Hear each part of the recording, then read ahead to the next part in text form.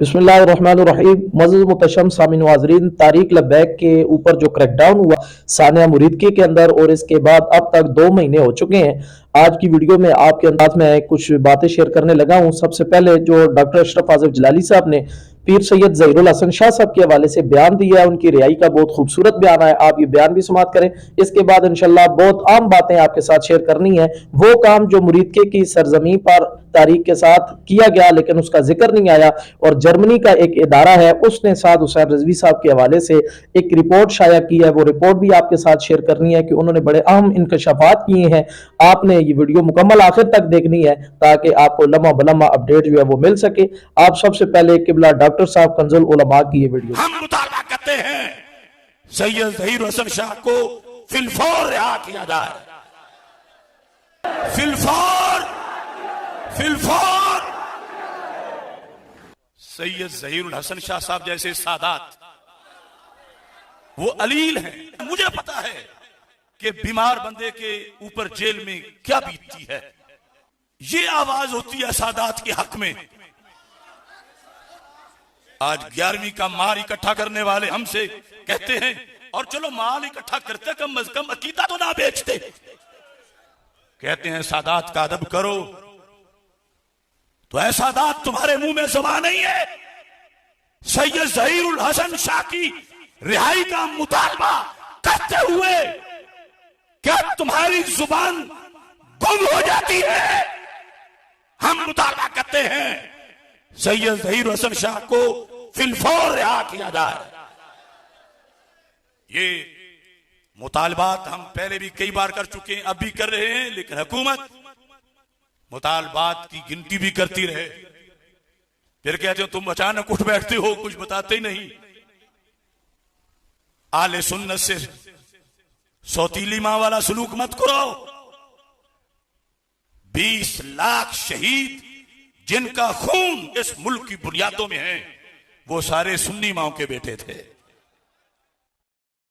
और उसकी वजह महज हमारी शराफत है। और शराफत हमारे लिहाज से फजीलत है, बायसे अजर है, लेकिन कुछ लोग इस शराफत का गलत फायदा उठा रहे हैं, जिसकी वजह से मुख्तलिफ मामलात में अहले सुन्नत को खुटे लाइन लगाया जा रहा है।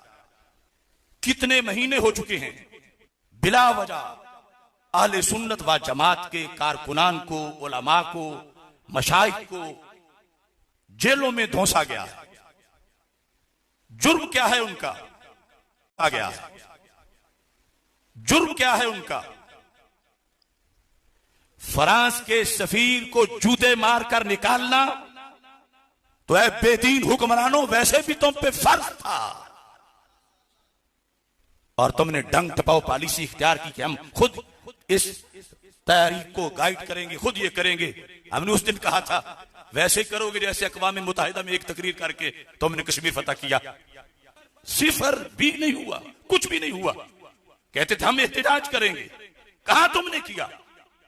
कौन किस इंटरनेशनल फोरम पर तुमने ब्लास्फेमी लॉ के लिहाज से कोई काम किया? और जिन लोगों ने इस सिलसिले में आवाज बुलंद की, उन्हें मुख्तलिफ अजियतों में, अकूबतों में, वो फोर्स शेड्यूल हो, जिला बंदियां हो, FIR हो,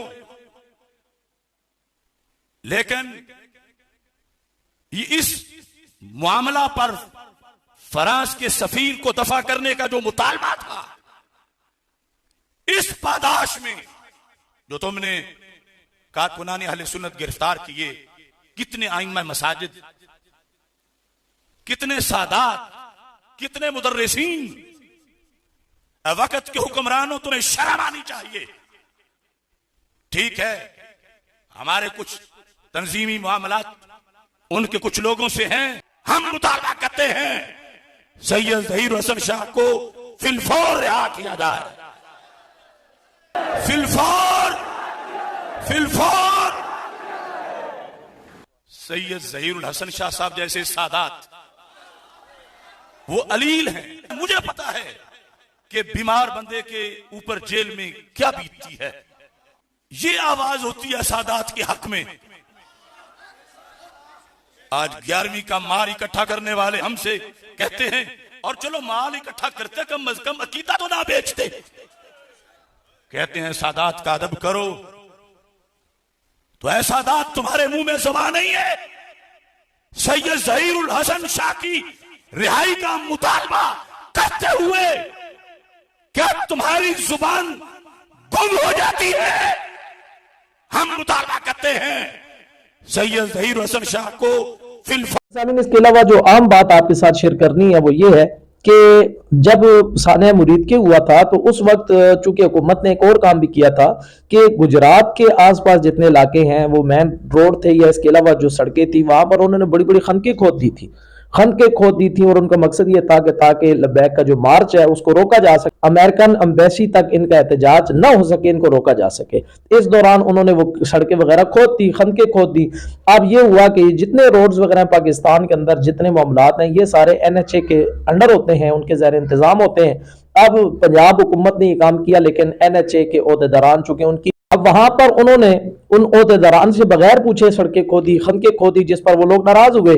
लेकिन बाद में को दोबारा बुलाया और बुलाकर उनकी मिन्नत समाजित की, जिस वजह से वो लोग कुछ राजी हो गए। तो ये काम भी हुआ था। इसके अलावा DWA एक इदारा है जर्मनी का जो पाकिस्तान में न्यूज एजेंसी के नाम से काम करता है, जिस तरह वॉइस ऑफ अमेरिका है, इस तरह BBC न्यूज है। मौजूद सामीन, इस तरह DWA का जो मीडिया का एक इदारा है पाकिस्तान के अंदर, उन्होंने भी एक खूबसूरत रिपोर्ट जो है साद रिजवी साहब के हवाले से शाया की है और आपके सामने वो मैं स्क्रीन शॉट भी शेयर कर रहा हूँ। इसमें उन्होंने चंद खूबसूरत बातें कही हैं जो इस वक्त आप स्क्रीन पर भी देख रहे हैं। एक बात उन्होंने कही है जी कि तारीक लब्बैक पर जो क्रैकडाउन हुआ उसके 2 महीने अभी पूरे नहीं हुए थे कि पीर सैयद ज़हीरुल हसन शाह साहब को जो है वो अदालत की तरफ से जो है एक कैद बामुशक्कत की सजा जो है वो सुनाई गई, और इसके बाद अभी तक तारीक लब्बैक के साथ रिजवी साहब जो है वो अभी तक लापता है। मौजूद सामीन, ये वो इदारा है जो पाकिस्तान का नहीं है, जो बैरून मुल्क का एक इदारा है पाकिस्तान के अंदर, वो न्यूज एजेंसी के नाम से चल रहा है DWA, ये उनकी रिपोर्ट है।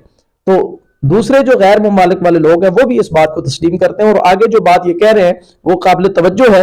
इन्होंने कहा जी पाकिस्तान के अंदर ये जो सजा दी गई TLP के अमीर को और इसके अलावा जो ज़हीरुल हसन शाह साहब को सजा सुनाई गई है, इसका मकसद सिर्फ और सिर्फ यही था कि इन्होंने गजा के हक में जो है एक पुरअमन रैली निकाली थी और निकालने की कोशिश कर रहे थे। ये इज़हार यकजहती का जनाब वाला सबूत दे रहे थे गजा के साथ, तो इस वजह से इनके साथ ये जुल्म हुआ, ये मामला किया गया।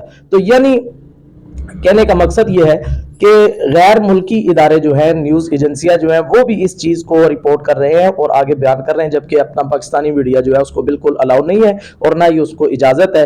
इस हवाले से मौजूद सामीन आप देख सकते हैं कि कितना जबरदस्ती जुल्म के साथ आवाज को दबाया गया और कितने मामलात को जो है वो उलझाया गया और कितने मामलात को जनाब वाला कट आउट किया गया।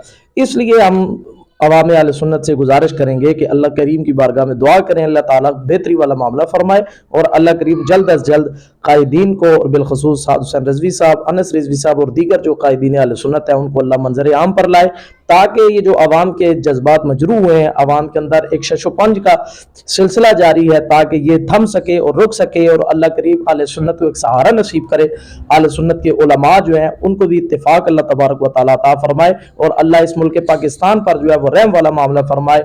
बिलखसूस तारीक लब्बैक या रसूलुल्लाह सल्लल्लाहु अलैहि वसल्लम को अल्लाह तबारक व तआला मजीद तरक्की और उरूज नसीब फरमाए। अस्सलामु अलैकुम व रहमतुल्लाहि व बरकातुहू।